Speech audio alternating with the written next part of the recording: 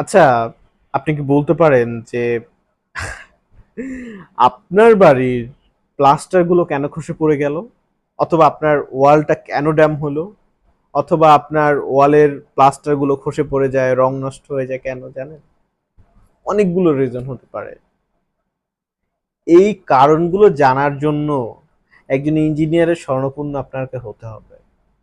ভাই, সিলিং নষ্ট হওয়ার পরে না, যখন বাড়ি তৈরি করবেন ঠিক তার আগেই একজন ইঞ্জিনিয়ারের কাছ থেকে আপনার পরামর্শ নিতে হবে যে ইঞ্জিনিয়ার সাহেব আমি বাড়িটা কিভাবে তৈরি করতে পারি। অনেক জায়গায় দেখছি যে সিলিং খুলে খুলে পড়ে যায়, মাথার উপরে পড়ে, বিছানার উপরে পড়ে, প্লাস্টার খসে যায়, ওয়াল ড্যাম হয়। আসলে কেন হয় ওয়াল ড্যাম জানেন?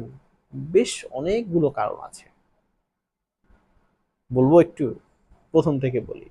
আপনি যখন ব্রিক ওয়াল করছেন তখন থেকেই শুরু হয়। যখন ব্রিকে সিমেন্ট বালি